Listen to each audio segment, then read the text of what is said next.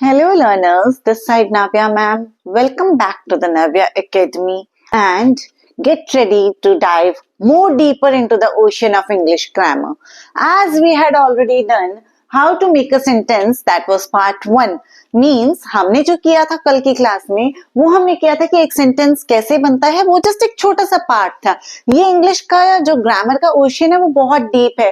जितना अंदर जाओगे उतना एंजॉय करोगे, उतना समझ में आएगा और साथ ही साथ मन करेगा इसको और डीपली समझे, इसके अंदर और अच्छे से जा करके समझे। तो चलिए आज की क्लास स्टार्ट करते हैं। आज हमारी क्लास का मेन मोटो है part 2 of how to make a sentence. Part 2 is nothing more और लेस कि हमने जो कल किया था उसी के सराउंडिंग ही हम घूमेंगे, उससे ज्यादा हम बाहर जाएंगे ही नहीं। नव्या एकेडमी में कभी भी आपको कुछ प्रॉब्लम नहीं आती है, बहुत ही इजीली वे में आपको हर एक टॉपिक को समझा दिया जाता है, and that too in the shorter time period. So what the rule says, as we have already done yesterday, subject plus helping verb plus verb. यहां तक तो हमने कल ही रूल कर लिया था, पहले आता है subject then helping verb and then verb. But कभी कभार क्या होता है कि हम नॉर्मली, एक छोटा बच्चा होता है, एक छोटा सेंटेंस बनाता है, मम्मा मैं आता हूं, मैं आ रहा हूं, मैं जा रहा हूं, मैं खा रहा हूं, मैं सो रहा हूं, वह बोल रहा है। इस तरीके के सेंटेंसेस बनाते हैं।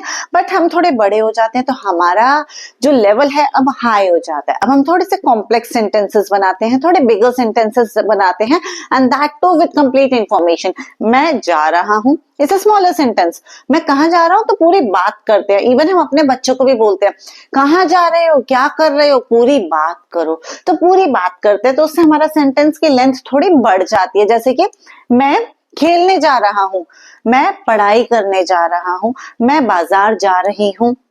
इसी तरीके से आज जो हमारा पार्ट 2 है उसमें हम थोड़ा सा बिगर सेंटेंस करेंगे। अब थोड़ा बिगर सेंटेंस करना है तो उसमें क्या क्या ऐड हो जाता है, लेस तो कुछ होगा ही नहीं, बिकॉज सेंटेंस अब हमारा थोड़ा सा बड़ा हो चुका है। तो क्या ऐड होता है वो मैं आज आपको क्लास में बताने वाली हूँ। सबसे पहले I told you subject, then helping verb, then verb. यहां तक हमने कल ही कर लिया था।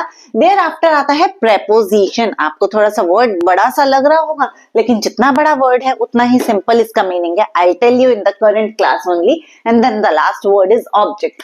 अब मैं आपको प्रीवियस सारी बातों को एक बार रिव्यू करवा देती हूँ। सब्जेक्ट कह लो या ऑब्जेक्ट कह लो, I told you earlier also, subject हो या ऑब्जेक्ट हो, ये दोनों ही नाउन और प्रोनाउन होते हैं।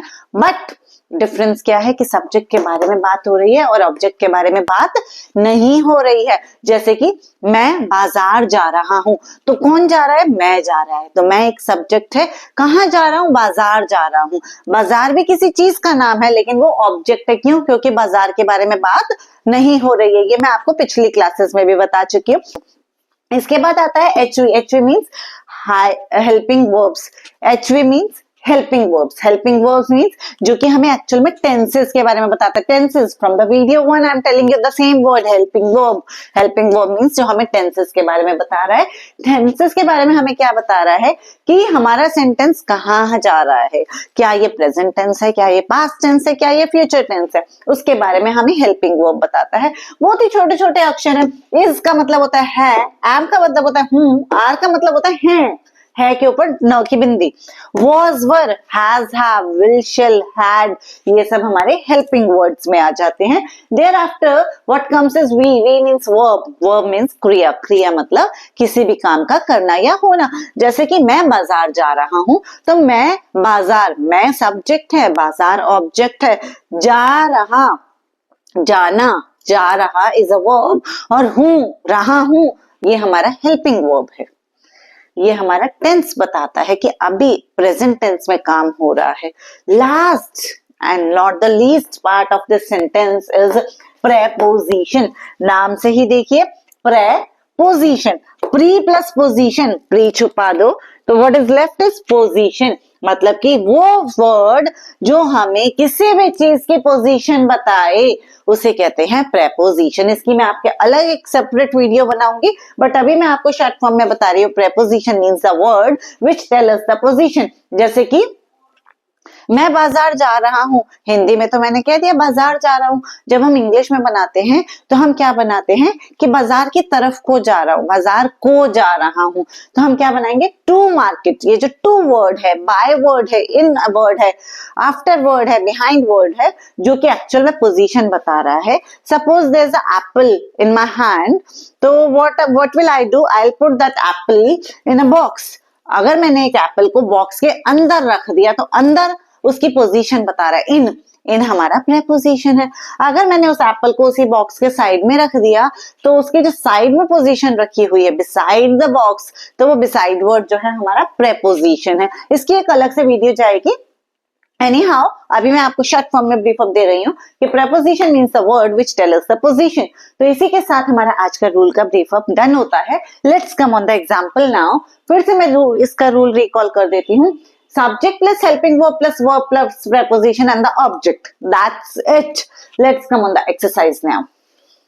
Let's come on the example now। First example we take as in वह स्कूल जा रहा था।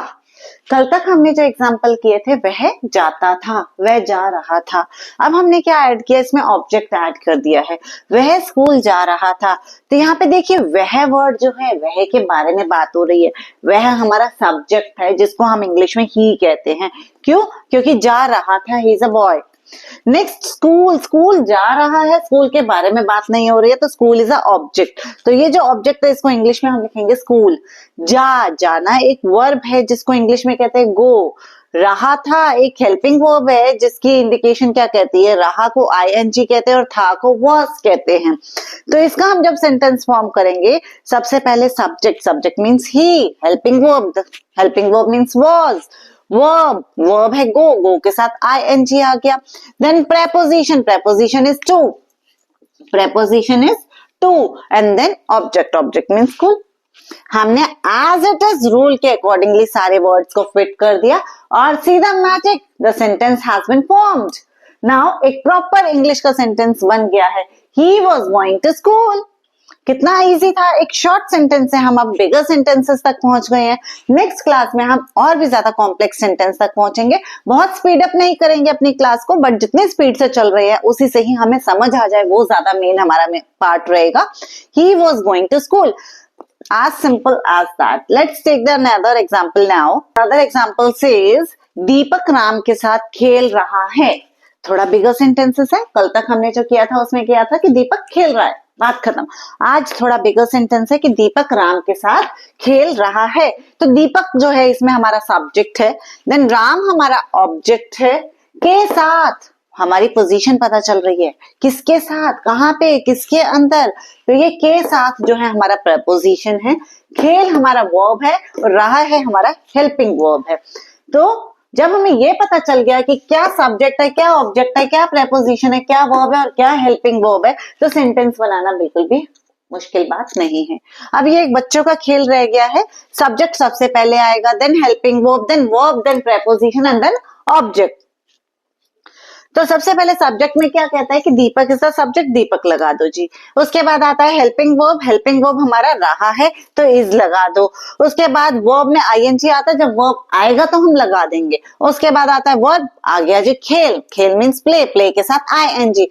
के साथ को इंग्लिश में कहते हैं विद, जो कि एक प्रेपोजिशन है। ऑब्जेक्ट इसमें राम है, क्योंकि राम के बारे में बात नहीं हो रही है, बात हो रही है दीपक के बारे में कि दीपक राम के साथ खेल रहा है। राम नहीं खेल रहा है दीपक के साथ, दीपक के बारे में बात हो रही है। लास्ट में आ गया राम।